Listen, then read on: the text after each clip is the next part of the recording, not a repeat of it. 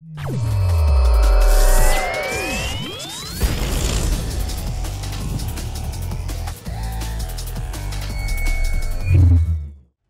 guys, and welcome to a new video. Today, Magic Finder number 8. Holy shit, I'm keep on going. But it would have been an absolute shame if I would not have made a Magic Finder out of this Vaal Arc character.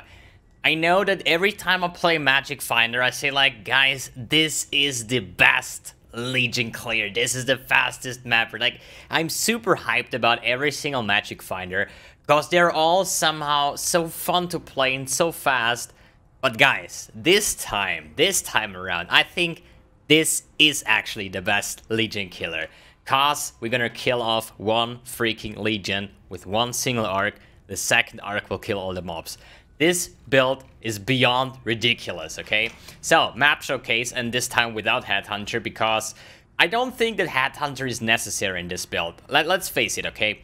With Headhunter, you're gonna get some nice damage buffs and all that, all beautiful. But Shroudwalker is annoying as fuck, sorry to say that, but Shroudwalker is the one buff that the downside of Headhunter. And on the other hand, since I'm gonna explain the Vaal skills and so on, you're gonna get sometimes insane amount of cast speed. And this really screws up your your soul gain from your Vaal skills and stuff, right? That's why I decided to actually, with this build, I actually want to play with Abyss myself, okay? So, do we have any burial chambers? Yeah, here we have some. Burial chamber, there we go. So the only thing you cannot run is obviously Elemental Reflect. This one is fine. I just have shaped my atlas. If you want to know how I'm sustaining my burial chambers, video guide is in the description below. I made an explicit video for that. And if you want to know how to your soul gain prevention, how your Vaal skills are working, why the fuck do I have 5 stacks of those? There's another build guide that I released yesterday, or at least not build guide, but an explanation video, how to manipulate Vaal skills to work the way that I use them, okay? So, for map showcase, a typical burial chamber, no sextants, no chisels, alch and go. And if it has Ele Reflect reroll, please, okay? Let me put the volume a little bit, at least make it a little bit less loud. So, how this build works, we have one specific flask setup in here, right? So not only the Soul Catcher to reduce our Vaal skill costs and so on, but also the Lavyanga Spirit and the Divination Distillate. So the problem here is I have only 89 mana, but my Vaal and my Arc cost 70, so I can shoot it basically once, and then I have to wait until my mana is back up, okay? So that's why I'm using the Lavyanga Spirit, because it says your skills have no mana cost during effect, okay? During flask effect. The next thing is, since I cannot get any mana because of my Soul Catcher flask, which says cannot gain mana during effect, I can use the Divination Distillate because my mana is blocked because of the Soul Catcher flask, right? Mana is blocked because of Soul Catcher, my skills cost no mana because of Lavyangars, at least Vaal skills do not cost mana at all, but the Arc does. So if you lose stacks, you can just get them back with Arc. And then I'm having a full, 5 seconds here, Divination Distillate, right? So I get the full 18% quantity. And you're gonna see that once I actually start the map run, that all my flasks are active. They're not gonna fall off, because if I use my Divination Distillate now, it's off, you know, because I am full life and full mana, so it doesn't work. So what I'm doing is, I shoot my Arc, I block the mana gain with Soul Catcher. Thanks, Shaper. I blocked the mana... Hey, see how I dodged that? Holy shit. I blocked the mana gain with Soul Catcher, but I can shoot because of Lavyangars, and I get the full Divination Distillate because it tries to recover my mana. But, hey, stop it. But it is blocked because of the Soul Catcher, okay? This is the principle behind that. So, let's go. I go in here, shoot the first arc, use my flasks, and then I can shoot my Vaal arc. So, I have 5 stacks, and now we're gonna keep on going. And the first monolith, let's see how that works. Boom! Big fucking explosion, one single cast, everything is clear. Holy pog. Show me one freaking Vaal skill or whatever skill that can do that. One single cast, whole Legion is clear, okay? This is beyond amazing, and that's what I call freaking fast, dude, okay? So, let's pick up all that shit here, and we're just gonna continue. So, now I see I have no Vaal skills, the same way. Arc, blocking, and now I can just keep on going because I have enough stacks for my arc. So, let's kill off this whole map real quick. So, one arc over here. Just keep your flasks up this way. You see I have 38 mana, I'm not full on mana, my Divination Distillate is on, so I'm having currently 102% quantity on this build. That's more than a Wind Ripper, by the way. And I think it's even faster than that, right? So, this Vaal arc chains like a god, dude. It chains so insanely well. And the movement speed and so on that you get from Pathfinder, we're not even running a Queens, and we are kinda fast here. Okay, map is clear. I played a couple of maps today, and by the way, I found a doctor after 40 maps. That means I found 5 doctor cards within 1,000 maps. I know this is insanely lucky, but yeah, this is RNG, you know, this is RNG, this is how it works, right? So, let me remove those things here into the loots tab, and I don't even want to make a showcase with the Ad Hunter. Okay, let's talk about the build. If you're interested in how I sustain my Vaal skills and how I reduce the soul game prevention, why do I have 5 stacks? Videos in the description below. I don't want to like continuously explain this over and over again. Watch the video if you want to learn more about this arc, or at least at Vaal skills in general, right? So, now we're gonna start with the gear, so we make the video a little bit faster here. We talk about the gear and how everything is working, okay? As I said, the Vaal thing-ish, explanation in the description below. So, Devoto's Devotion for movement speed. I have here cast one damage taken, steal skin, and increase duration. I have not found a single option what I can put in here, or what I should put in my rings. I'm done. I have one movement speed setup. I have a cast on death portal. I have a self-casting portal. I have my auras here. What do I need more? I have no idea. So if you have a good idea what to put in those gem slots, in this open gem slots, then feel free to add some, okay? So, this is Devotos, gives us a lot of movement speed and also a lot of dexterity that we actually not even need, which is great, okay? Because we are ranger, that means we're gonna skill all through that dex nodes over here, so we are fine. But movement speed is always great. So, for the weapons, we need this reduced cost of Vaal skills. That's the Bloodstained Fossil. This is the expensive thing on this build, right? The rest is not really expensive at all. It's pretty much the typical magic finding stuff. Sedemas, Biscos, Goldworm, Ventors or Pariah rings, a Quantity Amulet, an Impulsor to actually make our explosions or chain reactions even more massive. And that's it, you're done, you know, there's nothing special in here. But the weapons are kind of expensive. Bloodstained Fossil is one thing you need, and to get this Abyssal Socket, what you don't need. But I thought like, hey, I have so many open skill slots, I don't even know where to use them. Why not just adding some Vaal, or at least some Abyss Jewels to the build to just generate more damage, okay? But I don't think this is actually even necessary, so you can play without those. But hey, why not, you know? So if you don't have, or at least if you have open resources, use them.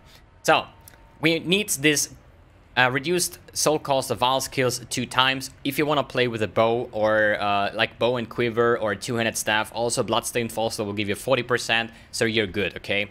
The rest is just multi-modded spell damage, extra chaos damage, flat lightning damage, because we're scaling, like Arc is a lightning spell, obviously, and we're just gonna scale this lightning damage over and over again. And I think this is the best solution to it. I have this weapon twice, so I don't really want to go over the second one, since it's actually just one single lightning damage spell different than the other one. Here I have a Portal with faster casting. On the other side I have Portal with cast on death. If it happens that you die, you're gonna spawn a portal and you're just gonna keep on farming, because sometimes when you die on the second stage of Burial Chambers, it's super annoying to just go in, run through all this cleared place, run through the tunnel, and then keep on going. And by the way, this is not only a Burial Chamber farmer, you can easily one-shot all legions. It's like Glacier farming, for example. Get in, an arc, kill everything off, loot, and go back next map, okay? I just like Burial Chambers over Glacier, so I have more gameplay. And I can find Doctor drops, Doctor cards, they go for... I don't even know how much they are right now. So I have this one that I found today, somewhere here. Here is it. Goes for 18 exalts. So this is why I enjoy Boreals over Glacier, because I have this additional drop, right? Perfect. So, then Impulsor. Why Impulsor? Increased effect of shock, and especially shocked enemies you kill explode, okay? We shock all the time. We have pure lightning damage, right? So we're gonna get these explosions with our arc chains, and you're gonna see... I played with Queen of the Forest before. That was my queen, so I thought like, hey, let's get just a Jade Flask and just have an insane movement speed, right? But since we're Pathfinder and we already get a shitload of movement speed through our Flask effects, I think it was better to use the Impulsors. As I said before, I was using the queens before, but let's say in 10 maps, I one-shot the Legion 5 times, and 5 times there was one mob somewhere that survived, okay? With the Impulsor, I probably kill off 8 of 10 times one-shot Legion, okay? That's why I think that the Impulsor is better. Because even if I have more speed with the Queen of the Forest, if I'm not one-shotting a Legion pack, and I need to surge this single mob to activate or to remove the timer so the mob spawn, I lose a lot of time because of that, right? So I think the extra movement speed that I get will not compensate for this additional clear speed, especially not when you farm glacier maps with this build, okay? So here we have Arc. Goes with less duration, swift affliction, just to reduce the soul game prevention. And then we have control destruction, added lightning, and lightning penetration support.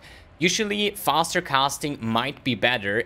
Also Path of Building tells you to go faster casting, but this is just if you are just going with a normal arc setup, you know, to shoot arcs faster. But with this build, you're basically just using one arc and then move on. You never shoot two Vaal arcs after each other, right?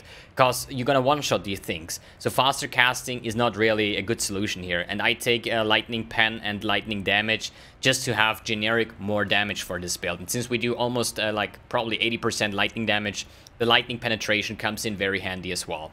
So let's move on to the Sadima's Touch. I have mine with elemental weakness, not necessary. It just gives me some extra damage basically. We have here Zealotry, Wrath, Purity of Elements, and the Enlighten support. So Purity of Elements is an option. Okay, this is an option. I'm not even rest kept at the moment. But my Divination Distillate will give me... wait a second, I need to... Wait. Shoot, block... Okay, I have like overkill resistance, right? So you can run the Purity of Elements. Sometimes if you're not managing your flasks properly, as I explained before, you're gonna lose a lot of resistance. And once you have those resistance, you might get one shot, okay? That's why I still use it as a safe option, because I have the mana to do so. And Enlighten to just reduce all three of those. Then on the Goldworm Boots, we have Flame Dash with faster casting and the Precision Gem. Precision in two ways. One way, I get critical strike chance. The accuracy doesn't matter, but the critical strike chance does actually work for spells as well, not only melee. And I have a Watcher's Eye that I'm going to explain a little bit later that gives me multiplier by precision. So I only use 22 mana that I get extra critical strike chance, so this is quite fine to use. Okay, then a Quantity Amulet, can use Viscous Collar, can use Spine Fuse Amulet with Quantity implicit, or get it like I do, just Chaos, or at least like either Chaos spam or out spam your 10 Quantity, and then just multi-mod it for life and resistance or whatever you need. Okay, the most important thing is the 10 Quantity. And if you're wondering now, hey MBX, why is Viscous Collar so bad? Viscous Collar has two options, right? Quantity when you kill white packs or white monsters, and rarity if you kill magic packs. So we want to have quantity. Why is quantity better than rarity on our Burial Chamber farm, for example? Because Divination cards has no rarity. It's basically handled like a currency drop, okay? Currency also is not affected by rarity.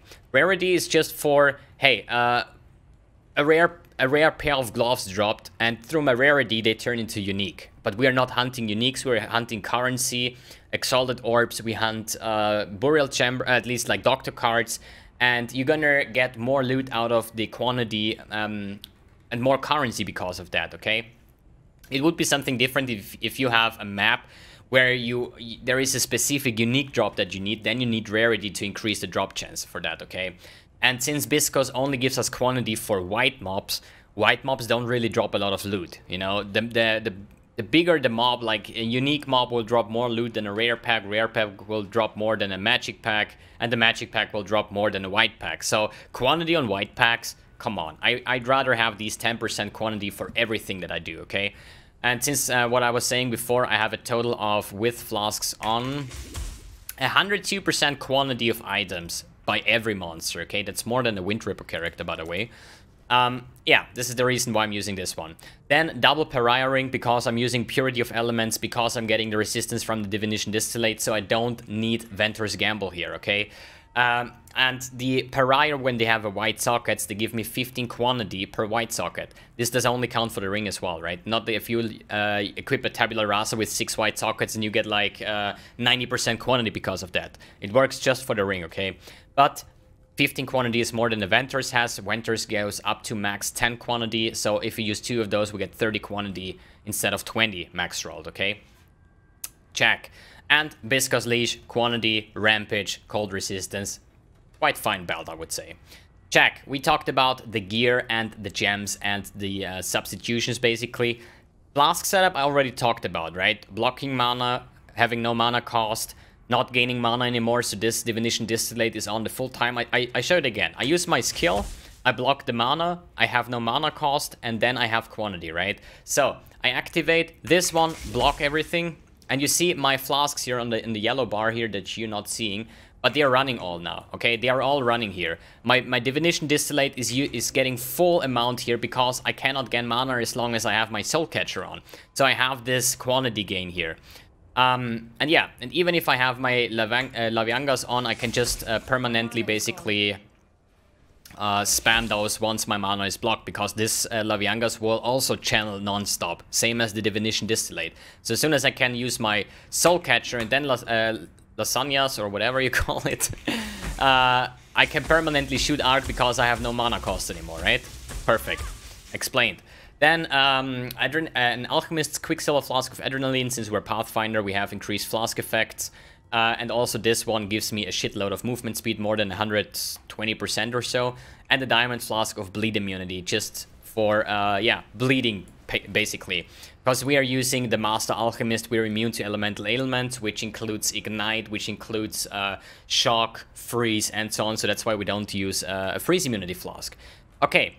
And yeah, my Watcher's Eye here, or at least my Watcher's Eye, my Abyss Jewels that are just like having generic damage, right? Multiplier, global, like flat damage, yeah, double multiplier, something like that. You can use life or something like that as well. Alright, let's talk about the skill tree. So, pretty generic start, or at least let's talk about the Ascendency before. First of all, Nature's Boon, Master Alchemist, Nature's Adrenaline for more movement speed, and then Veteran Boyer for more damage penetration and also increased flask charges that we gain, okay? Pretty nice stuff over here. So we're gonna start here taking all those life notes here, life notes, and we go over here. So we need Charisma, we need the Sovereignty. Those are our 2 options to reduce the mana reserve. There's another one, where is it? Mana reserve here, somewhere. Leadership. And over here with Influence, but those 2 have more mana reservation than the others, okay? That's why I can use so many auras here, 50%, 35%, 50%, and also here the 20 or 17 mana in this specific scenario here, right? After all this reduced mana reservation. Then my Watcher's Eye, about later. So we're gonna go over the Shadow Cluster, just life, crit, all resistance, power charge. Since we're a crit build, we're gonna make power charges through our other jewel. This is the Blue Nightmare. Life, then life, crit, lightning damage, multiplier, flask charges. This one is very important, the Alchemist, for our soul game prevention thing. Lightning damage, life, crit, another jewel slot here, spell crit, life, mana reserve. Then we have power charge and some all resistance. Okay, pretty generic tree, pretty easy. Just Path of Building link is in the description below. Let's talk about the Watcher's Eye real quick. This one is actually a triple mod that I got for, I think, like 15 or 20 exalts, I'm not remember correctly. But what do you want to have? Critical strike chance by Wrath, I would say, is the most priority here. Second priority would be Precision Multiplier, and the Cello Tree doesn't really matter too much, okay? Forget about the Cello Tree. But the Wrath, just the Wrath one, is, I think, was 60 chaos yesterday. Let's check this real quick. While affected by Wrath, we have the critical strike chance here.